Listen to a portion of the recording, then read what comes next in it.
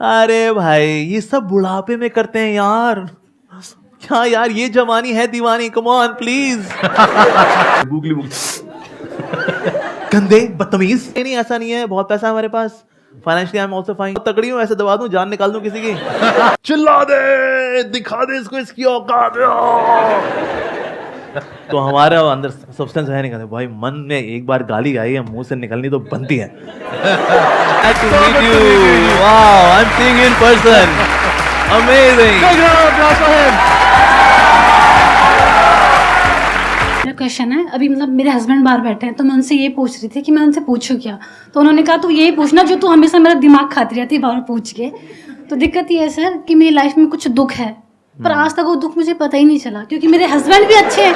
नहीं सच में मेरे हस्बैंड बहुत अच्छे हैं, मेरे ससुराल वाले अच्छे हैं, घर में सब अच्छे हैं, मुझे कुछ काम भी नहीं करता, मेरी मर्जी से मुझे सब कुछ करने के लिए मिल रहा है, फिर भी मुझे पता ही नहीं चल रहा दुख क्या है। दूसरा ये कितने टाइम पहले हुई थी? 1 साल पहले। हाँ, 1 साल से दुख है।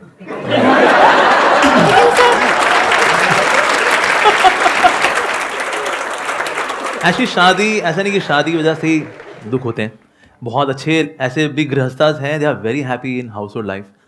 तो एक्चुअली दुख वाला किस वजह से होता है? जैसे फॉर एग्जांपल अगर किसी को अगर पिंपल हुआ हो, ठीक है, कोई इसको आगे बुगली बुगली वुश कर दे, बुगली बुगली गंदे बदतमीज। पर एक्चुअली उसके बुगली बुगली वुश करने से पेन नहीं है, ये मेरे खुद के पिंपल की वजह से पेन है एक्चुअली, राइट। तो इसलिए हमारा क्योंकि मन ही इतना लो क्लास हो रखा है, इसमें कोई भी आके हमारी खुशियों को कभी भी छीन सकता है एक्चुअली। तो जब मन के अंदर वायरसेस होते हैं ना, तो आप कुछ भी ढंग का नहीं कर पाते, और कभी और कौन कब आपको दुख दे जाए कुछ नहीं पता। ये औरों की वजह से दुख नहीं है, ये दुख वास्तव में मेरी वजह से है। तो इसलिए हमें अपने मन को चंगा करना पड़ेगा। मेरे पास एक समय एक फैमिली आई थी, उन्होंने बोला कि हमारी बहू है जी बड़ा दुखी रहती है। मैंने कहा क्यों दुखी रहते हो आप? मैंने कहा आपके पति अच्छे नहीं हैं। नहीं जी बहुत अच्छे पति है मेरे, एकदम देवता स्वरूप मेरे पति हैं। मैंने कहा फिर आपके इन लॉज दुखी करते होंगे। मैंने कहा देखिए इन लॉज होते हैं, माता पिता होते हैं। नहीं बिल्कुल माता पिता से ज़्यादा प्यार करते हैं मेरे को, ऐसा मत बोलिए आप। मैंने कहा अच्छा। मैंने कहा ये बच्चे तंग करते होंगे। मैंने कहा बच्चे देखो कलयुग का प्रोडक्ट है सबके सब, ये तो क्या इसलिए नहीं जी ऐसा मत बोलिए आप, मेरे बच्चे बहुत अच्छे हैं।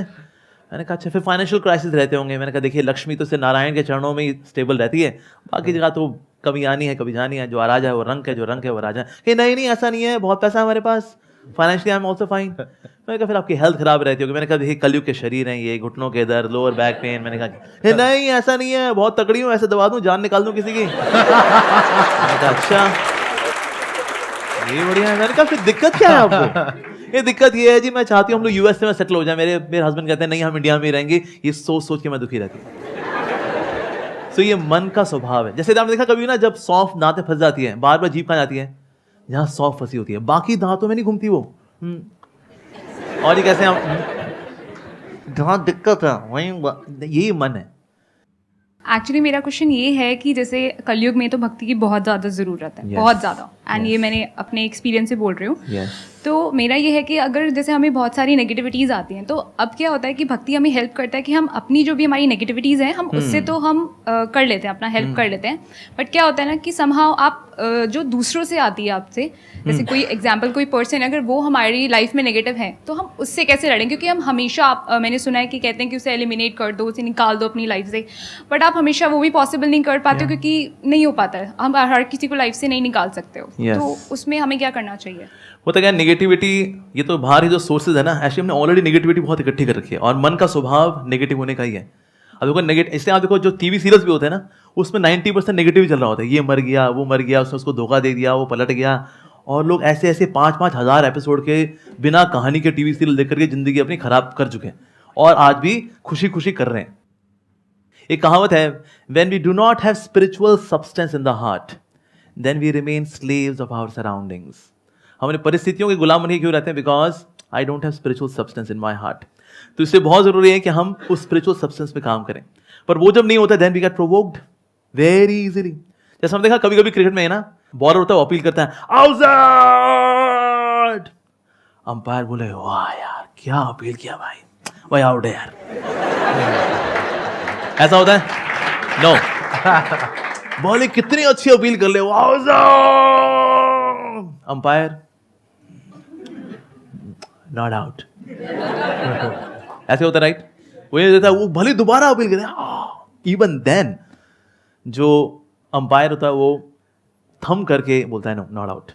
इस तरह से मन का भी अंदर से स्वभाव है जो नेगेटिविटी से भरा हुआ है, चिल्ला दे, दिखा दे इसको इसकी औकात। तो हमारा अंदर सब्सटेंस है नहीं, कहते भाई मन में एक बार गाली आई है मुंह से निकलनी तो बनती है।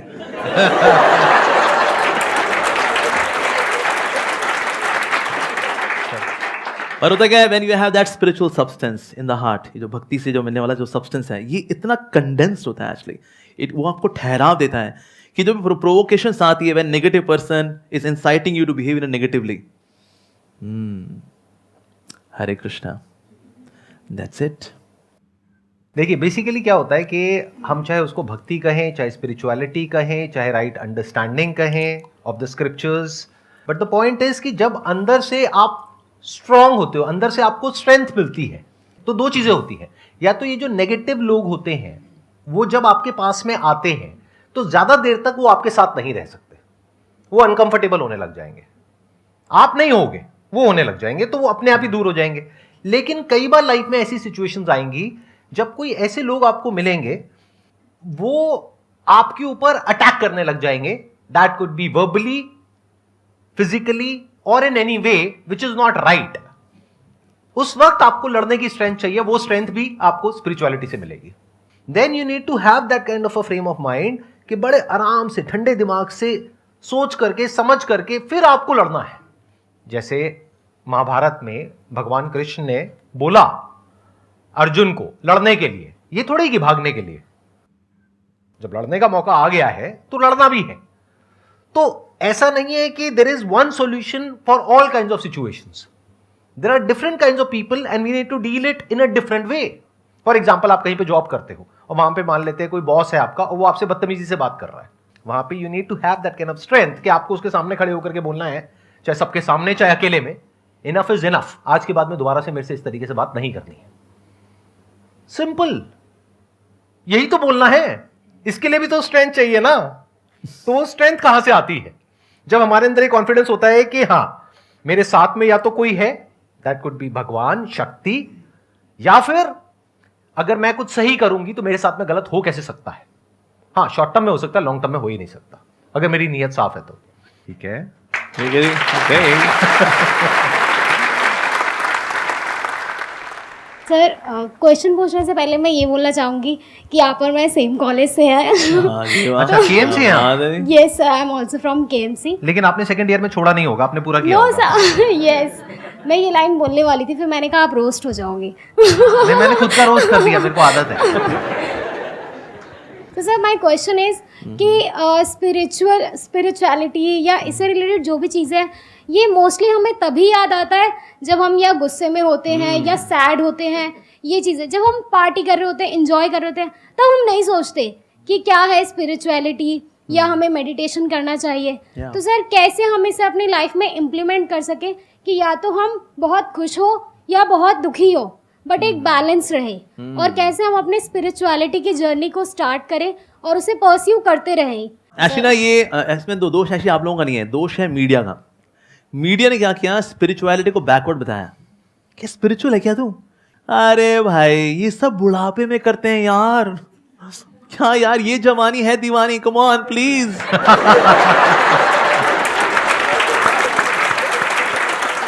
तो मीडिया में ऐसे दिखाते हैं, किसी को दिखाना होगा ना कोई जाहिल आदमी है, बेवकूफ आदमी है, वो ऐसा करेगा, अरे टन टन टन, और एक जीनियस आदमी बड़ा हैंडसम गुड लुकिंग व्यक्ति आएगा, I am a self made man, मैं जो हूं अपने दम पे हूं, और ये दिखाते ये है पॉजिटिव कैरेक्टर। और जो भगवान को मानने वाला है बेसिकली क्या है, नॉट सो इंटेलिजेंट। और एक तरह के ये भी एक कंफ्यूजन है कि बुढ़ापे में ही स्पिरिचुअल होते हैं। भाई अभी तो जिम्मेदारियां हैं जी, गृहस्थ हैं हम लोग अस्त हैं, व्यस्त हैं, त्रस्त हैं, चारों खाने पस्त हैं, क्योंकि हम गृहस्थ हैं। अभी थोड़ी ना। तो पहले तो हमें इस भ्रम से निकलना है that spirituality is for old age. जिन्होंने जवानी में कुछ नहीं किया होता, बुढ़ापे में भी वो ये लगे होते हैं, उसकी देवरानी, उसकी जेठानी, थोड़ा फैमिली पॉलिटिक्स, थोड़ा नेशनल पॉलिटिक्स, इसके अलावा और बाकी यहाँ पर डॉक्टर ऑर्थो कैप्सूल। इससे ज्यादा बुजुर्ग व्यक्ति कुछ नहीं कर पाते, इसने स्पेशली जिसने यंग एज में कुछ नहीं किया हुआ। यंग एज में जो करता है वो बुढ़ापे में उसको रेलिश करता है। फिर बिकॉज मैंने 30, 35, 40 साल I was spiritual, so in old age you relish it. पर कुछ सोचे बुढ़ापे में शुरू करेंगे, शुरू नहीं होता। अच्छा, लेकिन इसको शुरुआत कैसे की जाए, उसको कंटिन्यू वाला कैसे किया जाए? हम कोई भी कार्य अगर करते हैं तो हम संगति में आके करते हैं. From association comes desires. आज लोग जैसे कहीं सिंपल लोग हैं ना, आते हैं गांव से आए या शहर में आए, वो कभी दारू नहीं पीता था, वो तो दूध पीता था. यहाँ पर आया शहर में, भैया इलायची फ्लेवर दूध दे दो भैया. उसके दोस्त होते दूध पीता है, अबे दारू पिया कर लल्लू. And then he gradually develops the desire to have wine. Association, संगति, राइट?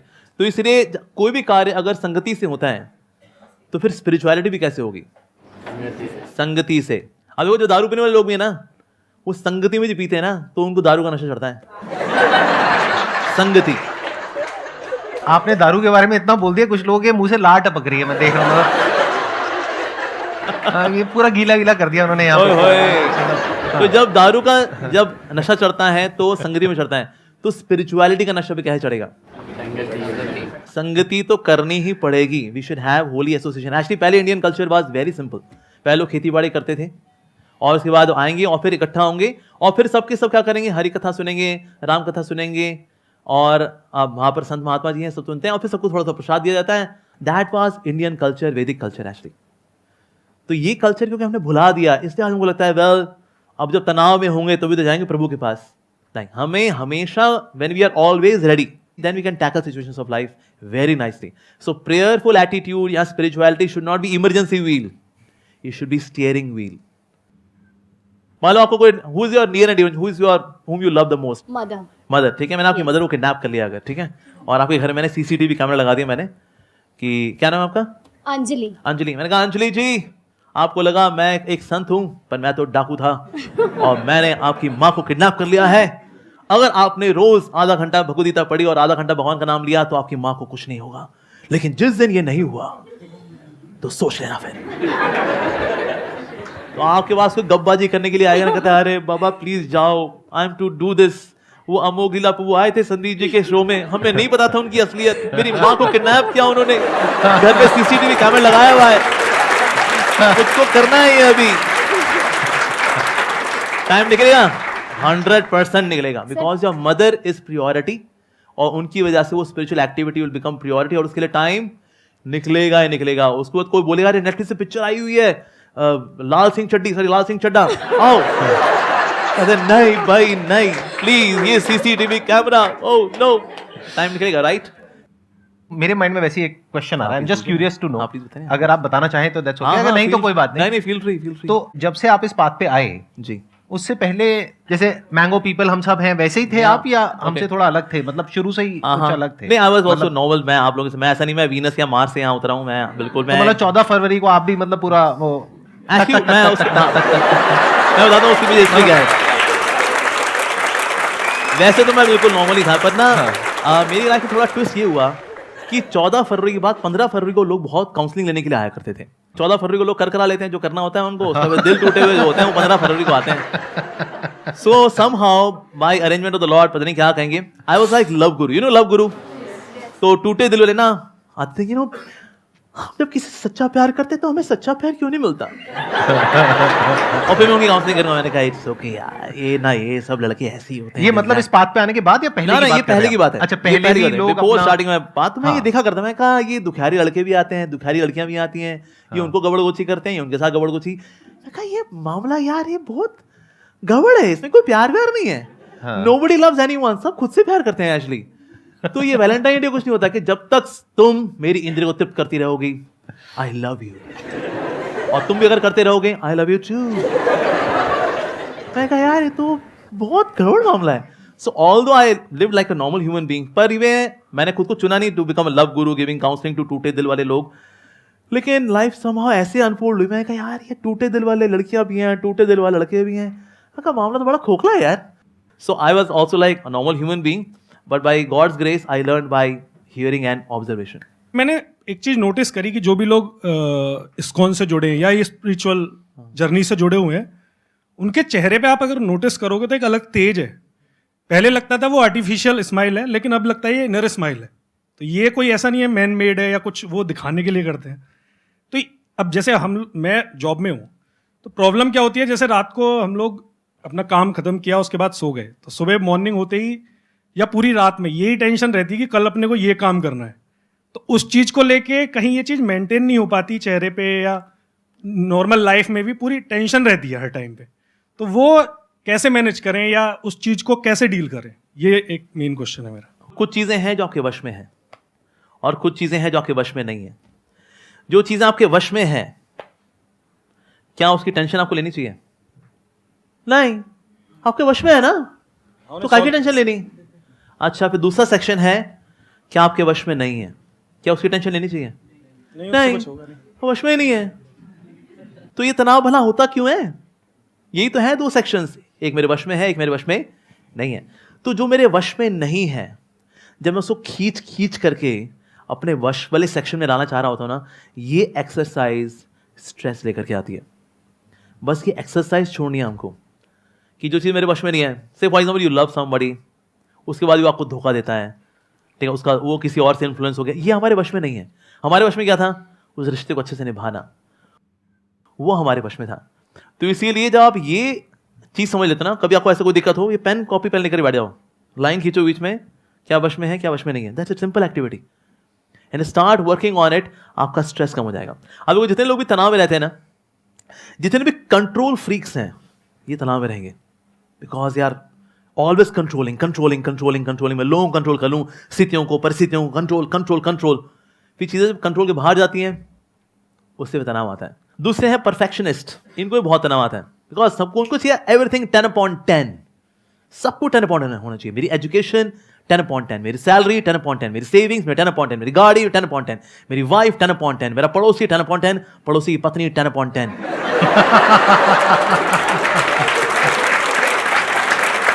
एक मिनट, मैं बीच में रोकूंगा। सब कुछ। सर, ऐसे जोक्स कहाँ से आते हैं? मतलब हम लोग ऐसी जोक्स मारे समझ आता है, बट आपके अंदर ये जोक्स आते कहाँ से हैं? ये मैं वैसे ही समझ डिफेक्ट है, ऑब्जर्वेशन है ना? आपके पास में जो लोग आते हैं अपने दुख लेकर के, तो वहां पे आप उनको ऑब्जर्व कर लेते हैं। बढ़िया, बताइए। सो ये सेकंड क्लास, इनको तनाव होता ही होता है, यू नो, परफेक्शनिस्ट। तीसरे है एंजॉयमेंट मैनिएक्स, जिनको हर चीज में मजा चाहिए, जो करेंगे ना यार मजा करेंगे यार, नौकरी करूंगा ना मजा होगा, मैं शादी करूंगा ना मजा के लिए, मैं सब कुछ मजे के लिए करता हूँ, मजा मजा मजा मजा। जब मजा नहीं होता, अबे यार फूक गई हमारी जिंदगी यार। हर चीज मजे के लिए थोड़ी होती है, there are few things to be done out of duty. For example पढ़ना ही है, ठीक है जी, अब उसमें मजा तो नहीं आ रहा, अबे यार C++, जावा, इनको पढ़ते पढ़ते मर जावा, क्या करूं यार, ड्यूटी है। ऐसे so few things out with an outer sense of duty. तो ये तीन तरह के लोग, इनको तनाव रहेगा ही रहेगा। कौन से लोग हैं? Control freaks, perfectionist, enjoyment maniacs. जितना आप इन एटीट्यूड से अपने आप को अलग कर पाओगे ना, उतना आप बिंदास हो जाओगे।